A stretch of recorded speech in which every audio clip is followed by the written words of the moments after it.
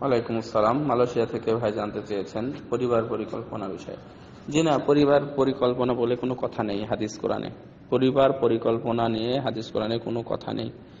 আপনি বিয়ে করেছেন, আপনার সন্তান হবে। আপনার ছেলে যদি সুস্থ থাকে, আপনার ওয়াইফ যদি সুস্থ থাকে, তাহলে আপনি সন্তান নেবেন। সন্তান কয়টা হবে না হবে এটার মালিক হচ্ছেন আল্লাহ। আপনি চাইলেই সন্তান হবে আর আপনি চাইলেই সন্তান বন্ধ হবে, এটা ঠিক নয়। আপনি আল্লাহ চাওয়ার বিরুদ্ধে যদি আপনি চেয়ে চান তাহলে সেটা তো ঠেকাতে পারবেনই না, বরং সেটা আপনি শুধুমাত্র গুনার ভাগীদার হবেন। বুঝেননি কথাটা? যে আল্লাহ যেটা দেওয়ার সেটা তো দিবেনই, আর যেটা না দেওয়ার সেটা দিবেন না। কিন্তু আল্লাহ যখন দিবেন না, ঠিক তখন আপনি চেষ্টা করছেন যেন সন্তান না হয়। তেতে করে কি হলো? আপনি বড় গুনাহগার হলেন। আপনি আল্লাহর জেদের সাথে বা আল্লাহর ইচ্ছা শক্তির বিরুদ্ধে আপনি যুদ্ধ ঘোষণা করলেন।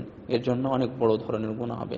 আপনার যেটা নষ্ট হচ্ছে, আপনার যে শুক্রাণু যেটা নষ্ট হচ্ছে, যারা সন্তান দুনিয়াতে আসতে চেয়েছিল তারা দুনিয়াতে আসতে পারলো না, সেই দিন কিয়ামতের দিন তারা আপনার কাছে জবাব চাইবে।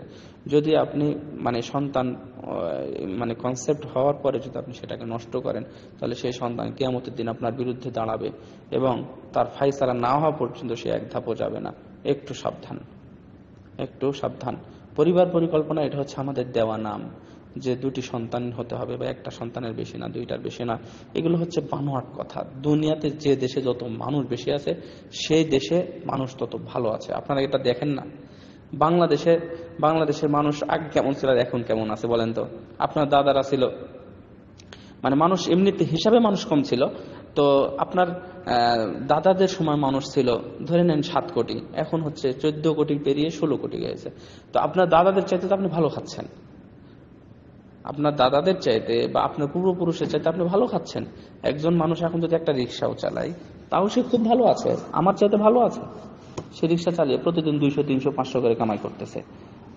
তো সুতরাং আল্লাহ রাব্বুল আলামিন বলছেন, ওয়ামিন দাব্বাতিন ফিল আরদি ইল্লা আলাল্লাহি রিজকুহা, দুনিয়াতে যত সৃষ্টি আছে সব সৃষ্টি খাওয়ার দায়িত্ব হচ্ছে আমার। সুতরাং পরিবার পরিকল্পনা করা যাবে না। হ্যাঁ, আপনার ওয়াইফ অসুস্থ, সন্তান নিলে সমস্যা হবে, ডাক্তার যদি অ্যাপ্রুভ করে, সো চেষ্টা করবেন আজল করার, অর্থাৎ সহবাসের সময় বীর্যটা বাইরে ফেলে দেওয়া বলে এটাকে সরাসরি আর কি। তো এটা করবেন। অথবা যদি এমনটা না হয় তাহলে ডাক্তারের পরামর্শ করবেন কি করতে হবে কি করতে হবে। কিন্তু ডাক্তার বলে গেল যে 2টা সন্তান হয়েছে আর দরকার নাই, আপনি করেন, একবারে মিথ্যা কথা, মিথ্যা কথা। আমি তো সবার কথা বলতে পারি না। আপনার একটু চিন্তা করে দেখবেন যে যাদের সন্তান বেশি আছে সে সুখী, না যাদের সন্তান কম আছে সে সুখী। সন্তান কম হলে সুখী হবে এটা আপনাকে কে বলেছে? সুখের মালিক কি সন্তান? না সন্তান না কে? না আল্লাহ?